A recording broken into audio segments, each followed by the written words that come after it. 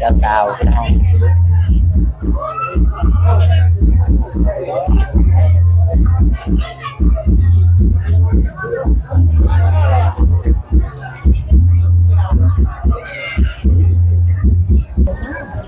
พี่น้องสาวงามก็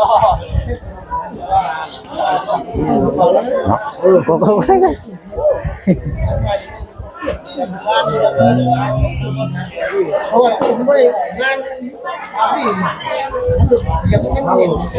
นี่แหละพี่น้อง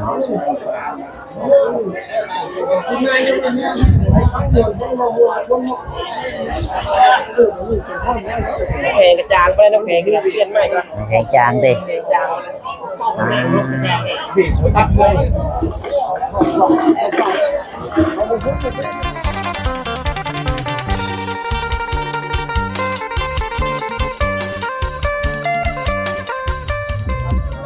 เนาะพ่อแม่พี่น้องงานแต่งอะไรกันเลยเอาก็จะมางานแต่งเพิ่นพี่น้องเลยคนกะลาเลยพี่น้องเนาะ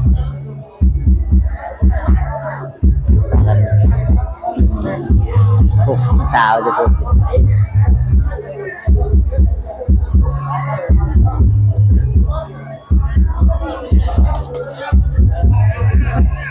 ช่างมาฟังกันดูจุ่ม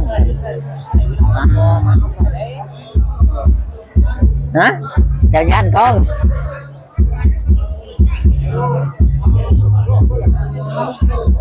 đi vào đây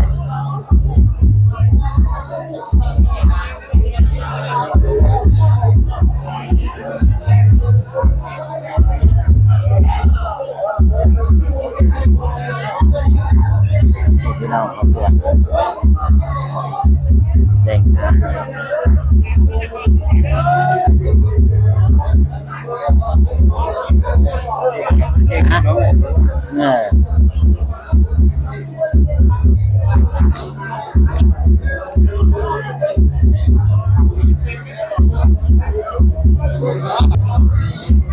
Chào nhau làm gì không?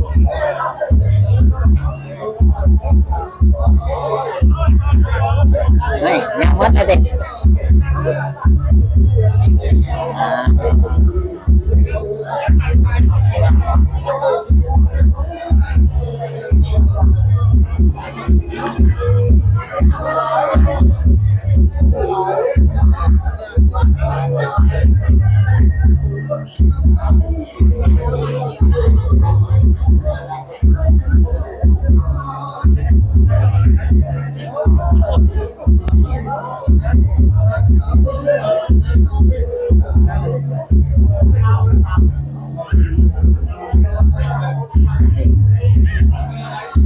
Đây đó.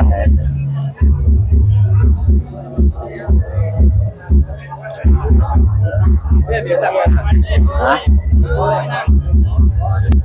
Nào có mấy anh qua anh thèm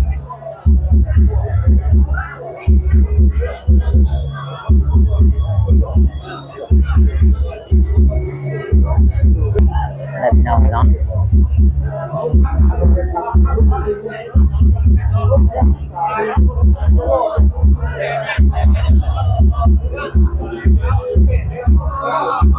hay là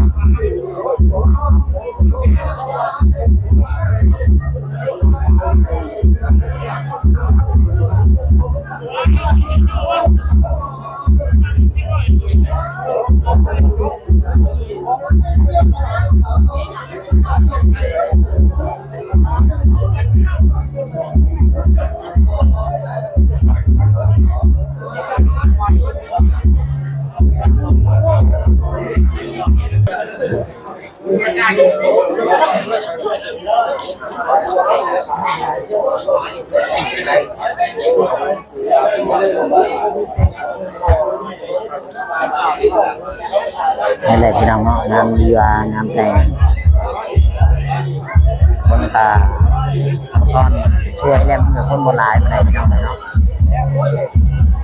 อาจจะมัดคนอะไรพี่น้องเนาะมาแต่ที่เป็นไปได้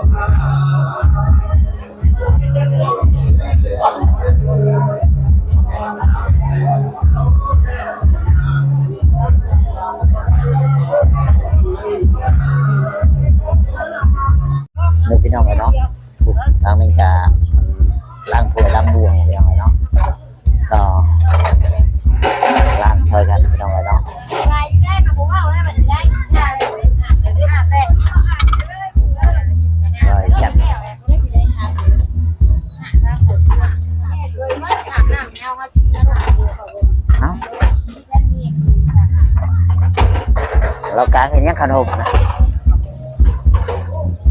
นี่พี่น้องเนาะ 7 โมงทอดจัดเองหน้าตาไปไล่เพื่อนมาเตะเหมือนแรก กางขนมพี่น้องเนาะเห็นยังหายังนะหาได้กิน บอกคิดว่าหาได้กินเดาว่าแม่นดิแต่นี่ทางไม่คู่ว่าพี่น้องเนาะเขาแบบโบราณจานแล้วก็แต่งกับข้าวอันนั้นพี่น้องเนาะงานแต่งวันนี้ก็ได้เนาะสำหรับในครับเพิ่นเนาะเอาครับเปิดมาเลยพี่น้องเบิ้งที่นึงนี่แหละพี่น้องเลยเนาะทางเงินครูว่าประเทศแล้วมันจะเก็บไว้พี่น้องเนาะว้าครับ ถ้ามันมาไทยเอาไปตั้งคนหลักสวย ไอ้กันเห็นยังในงมหอยป่ะผมเห็นลักตัวว้า มันมาไทยถ้าคนหลักสวย อ้าวถ่ายคนล่างถ้วย สวยสวยเลย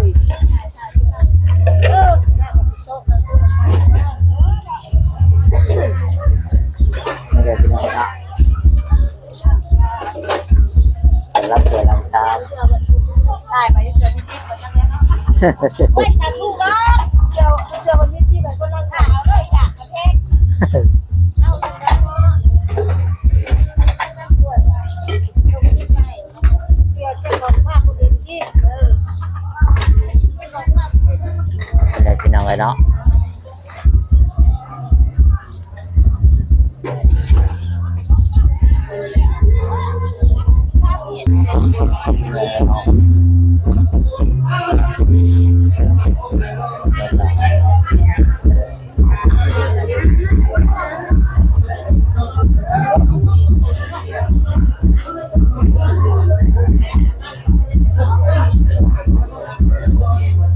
เจ้าสาวพี่น้อง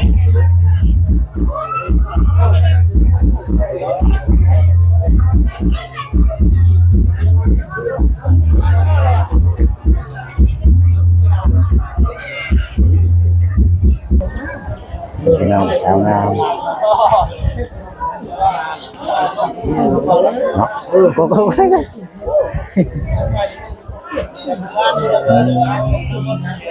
ะว่าผมไม่งานพี่ยังไม่เห็น ไม่ได้พี่น้อง งานยังเป็นงานเดียวต้องมาวัวต้องมาแพงกระจางไปน้ำแพงก็เปลี่ยนใหม่ก็ แกงจางดิ แพงจาง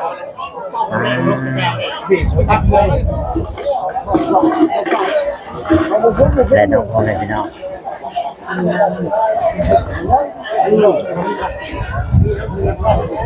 สาวสาวโสดมันจะดีกันมาลูกจะดีเดือนละ2มาอยู่เนาะ